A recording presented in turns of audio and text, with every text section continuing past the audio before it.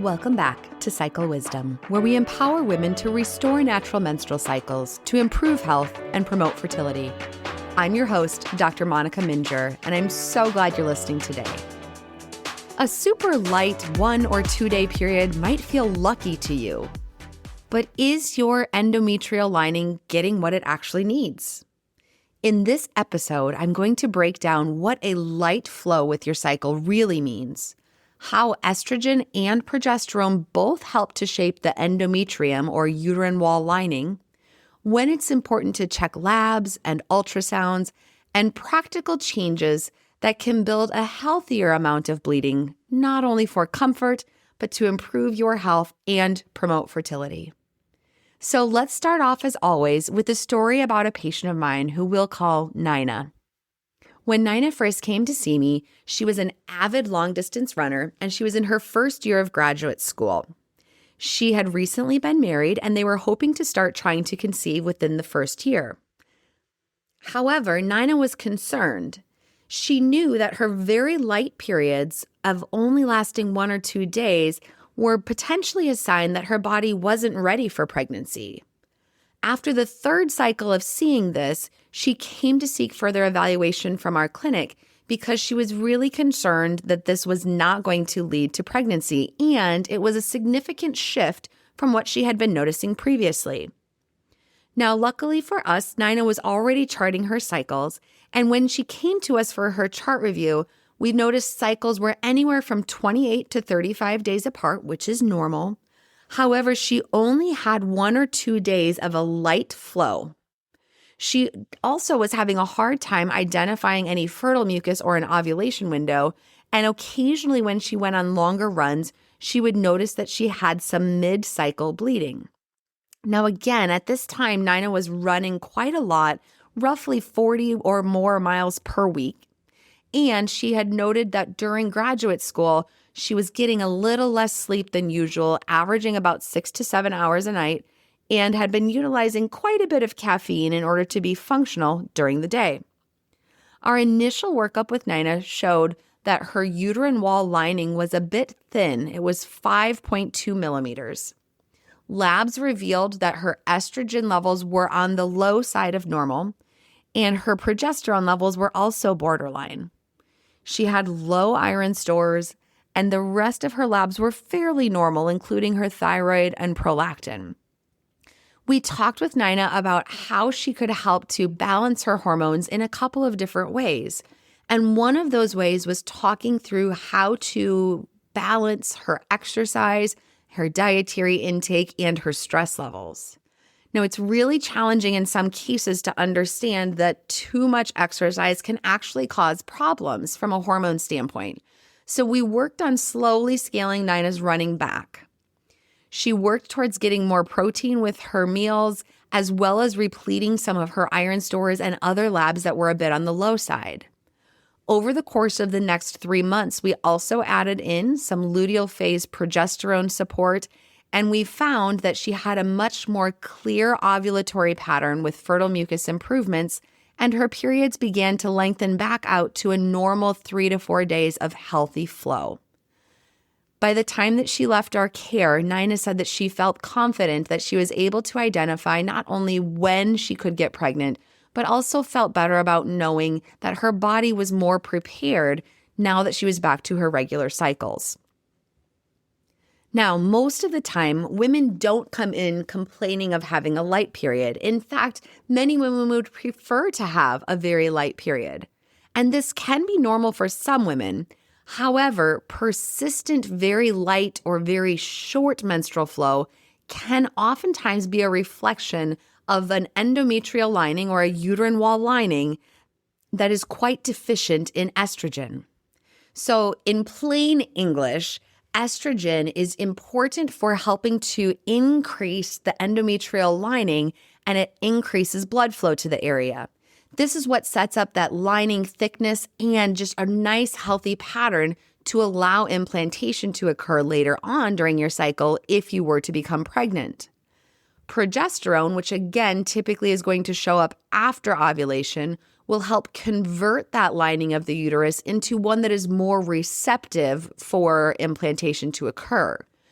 If either of these steps are suboptimal, either estrogen or progesterone, the total amount of tissue that is shed and bled during your menstrual cycle is going to be shorter and lighter. Now, this matters not only for fertility, but it also makes a difference in your menstrual cycles. Again, if your estrogen is low or your progesterone are low, you are more likely to have other symptoms. So with fertility, obviously this makes a big difference because the lining quality, not just the thickness, will both influence your body's ability for implantation to occur. Again, if we have suboptimal estrogen, oftentimes that will run hand in hand with other things like a later ovulation, impaired fertile mucus, or inability to even identify that ovulation is happening in an optimal way. If you have suboptimal progesterone, as we discussed in last week's episode, it can lead to shorter luteal phases or abnormal bleeding that happens before an actual menstrual cycle. And again, anytime that your hormones are not balanced, especially estrogen and progesterone, we're going to have more troubles as far as fertility in the first place, but also have an increased miscarriage risk if these things are not corrected. So, how do we look at this in the context of a restorative reproductive medicine approach? Our first step is always going to be that evaluation of your charting. We're looking for symptoms that you have, looking at the flow, the strength of your cycle, presence of clots, or spotting that's happening either before or after your period actually begins. We also want to be recording if you are understanding when that ovulation window is happening and if you are seeing clear signs that you have actually ovulated. It's also really important for people to track other things that may be impacting this. So for example, in Nina's case, how much she was exercising. Was she doing any fasting? What was her sleep pattern like? And was she having any stress situations? All of these markers can help us to identify when there may be something else playing a role with those shortened cycles. So after we've been able to evaluate what's happening with your charting, next it's important to get some timed labs drawn. Again, ideally when we're looking at these shorter, lighter cycles, it's really crucial to look at what's happening in about the week that's leading up to that menstrual cycle beginning. So ideally we like to aim for 1 week after ovulation, but if that's not super obvious, we try and estimate a few days prior to when your next menstrual cycle will begin. So again, specifically looking for estradiol and progesterone levels. We also want to look at ferritin, which is your iron stores, as well as a complete blood count and consideration of other vitamin levels that may be playing a role with fatigue, hair troubles, energy loss, or other things that may show that you are deficient in particular vitamins. We always will also look at a full thyroid panel, including antibodies, especially if you are having other thyroid-related symptoms. We know that thyroid is one of the main hormones that can go sideways and hijack all of the other hormones. And so it's important to understand that if we have hormone levels that are inadequate, then we understand why they are going off. Then we will also always evaluate or consider doing an ultrasound. Again, it's important to understand the thickness of that endometrial wall or the uterine wall lining. It's important to look at the pattern, and usually we see what we call a trilaminar appearance, which means it looks like there's 3 separate layers to the inside lining of the uterus, and this tells us that it is healthy. We also will look at timing of when we look for that ultrasound. Again, earlier on in your cycle, it's going to be a bit thinner, whereas after ovulation, it typically is going to be a bit thicker in preparation for possible implantation. Now, as we go through all of this evaluation, we always want to keep in mind what are some of the other reasons why we can have troubles. One of those main reasons can be hypothalamic amenorrhea. And again, this is more about underfueling your body or over-exercising or stress. For more information about hypothalamic amenorrhea, go back and check out episode number 86, where I do a deep dive talking about what happens if you are exercising too much or not eating enough to keep up with that. Another thing that can cause these light cycles is as you are transitioning off of oral birth control pills. Now, it can sometimes take 3 to 6 months for your body to recalibrate and get back on track. But you can still monitor your cycles and what's going on during this time to understand if things are moving in the right direction. If you are still having very light periods after 6 months off the pill, it's important to see and check if your estrogen levels have restored enough or if you may need some additional assistance with this. Again, we're also always looking for other causes like thyroid dysfunction, low iron stores, low blood counts, anything else that might be delaying or decreasing the amount of bleeding your body is able to have. And then finally, with that ultrasound, we're always checking for if you have other endometrial factors that are playing a role. So things like fibroids or polyps can rarely cause issues as far as those lighter cycles. They typically will cause heavier bleeding. But again, depending upon their location and depending upon what else might be going on with them, we want to make sure to rule out any of these other unusual factors. So what do we do to treat these light cycles and how do we get back on track? Again, always focusing on what the underlying cause is. So if we find that you have issues as far as low estrogen or low progesterone, we want to support those hormone levels wherever possible. If needed, we can utilize bioidentical hormone replacement therapy to help improve those levels temporarily. But again, always looking at what is the long-term plan for getting these things back on track naturally. So first and foremost, as was Nina's case, making sure that you have enough fuel to keep your body going. Focusing especially on a protein-forward breakfast. Ideally, we talk about at least 25 to 30 grams for breakfast with protein. Talking also about making sure that we get enough protein distributed throughout the day. And if you are doing any sort of longer distance endurance training, to make sure that you are getting plenty of carbohydrates or those healthy starches around the time of your workout, sometimes before, sometimes during, sometimes after, to make sure that your body has enough of that rapid acting fuel so that it decides not to start turning off what's happening from your hormone standpoint. If you are somebody who is excessively exercising or who exercises quite a lot, we want to aim for reducing the volume of that high intensity cardio. Try instead to focus on a couple of shorter resistance sessions during the week and aiming for not having a heart rate higher than 150 for more than 15 minutes at a time can also help you to restore a better balance when it comes to your hormones. Now, I am not saying that you should not be exercising, as exercise is very healthy for lots of other reasons. But when it comes to your hormones, and if we find that you have irregularly short cycles, shorter days of bleeding, shortened luteal phases, all of those can be signs that your body is not functioning well with those hormone levels, or in some cases that you are actually in danger of seeing your cycles disappear altogether.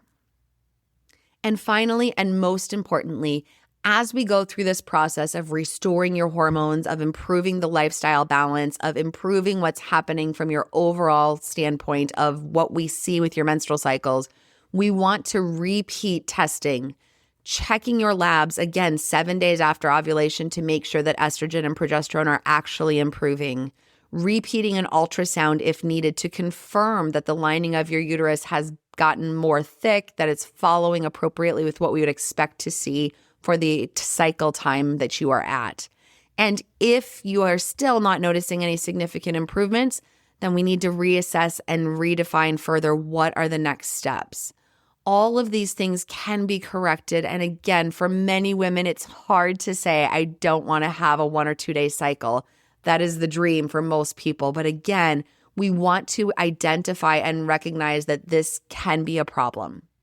So I just want to wrap up today with a couple of quick questions that we get oftentimes asked when it comes to evaluating these lighter cycles. I oftentimes will get asked, well, what is the optimal thickness that my uterine wall lining should be? And for most natural cycles, most of us in the field of restorative reproductive medicine are happy when you've got at least a 7 or 8 millimeter endometrial lining. And again, we want to see that trilaminar pattern, meaning we've got 3 different appearances of the layers in order to say that we've got good quality, good thickness. Now, some women can conceive at slightly thinner measurements if the pattern and the hormones are appropriate, but really that 7 to 8 millimeters or more is kind of our sweet spot. Another big question we oftentimes get asked is, should I take estrogen? And while we absolutely will focus on treating the root cause of why your estrogen is low in the first place, so we want to address things like, am I getting enough caloric intake? Are my iron stores appropriate? Am I sleeping well? Are my ovaries functioning appropriately?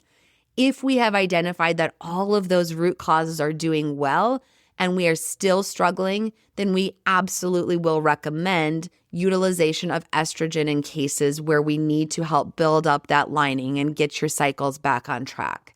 Again, always wanting to use the lowest dose possible for the shortest amount of time, and incredibly important to make sure that we are continuing to evaluate and utilize bioidentical hormone replacement therapy whenever possible. Imagine if your period lengthened from a quick 1 or 2 day bleed to a more healthy and confident flow because your endometrium finally received the fuel, sleep, nutrients, and hormone support that it needed. Over the course of just a few months, your cycles and your menstrual bleed can be more consistent, and these changes ultimately lead to overall improved health and promoting fertility. If you're ready to work with our elite team of healthcare professionals, go to our website, radiantclinic.com, to schedule a free discovery call and learn more about our package-based pricing for comprehensive care. We are currently able to see people for in-person appointments in our Cedar Rapids, Iowa clinic, or can arrange for a telehealth visit if you live in many different states across the U.S. Check out our website for current states that we can serve medical clients, and let us know if your state is not listed to see if we can still cover you there, as we are constantly expanding our reach. Please note that our fertility educators are able to take care of clients no matter where they live. Thank you so much for listening to this episode. Please share this podcast with someone in your life who would benefit from our services. Remember to subscribe to this podcast for more empowering content that I look forward to sharing with you on our next episode of Cycle Wisdom.